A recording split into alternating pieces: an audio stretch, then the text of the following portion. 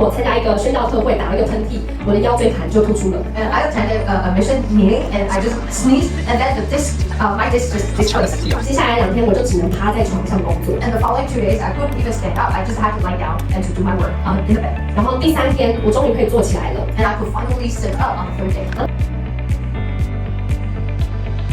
然后我记得我那时候的心境从一刚开始很尴尬， So I just remember in the beginning I felt very awkward. 然后到后来大哭， But then I just couldn't stop the crying. 因为我发现其实拦阻这个医治发生的是我自己， Because I realized it was me who was stopping me receiving that healing. 因为我觉得我不配得这个恩典。 Because in my mind I don't think I'm worthy to receive that grace. 我觉得在那个群组里面还有很多人需要这个时间跟这个祷告， I felt like this is supposed to be the time for others who may have bigger needs than I do. 但是因为这个过程，就是却让我想到，就是好像神就跟我说，你也是我宝贵的女儿。 But in this whole process, it was like God speaking to me through Pastor Chen. You are also my precious daughter. 对，然后我的保险已经100%的拯救了你，所以你要得到100%的医治。 And my blood has already redeemed you completely, and so that's why you can receive 100% healing.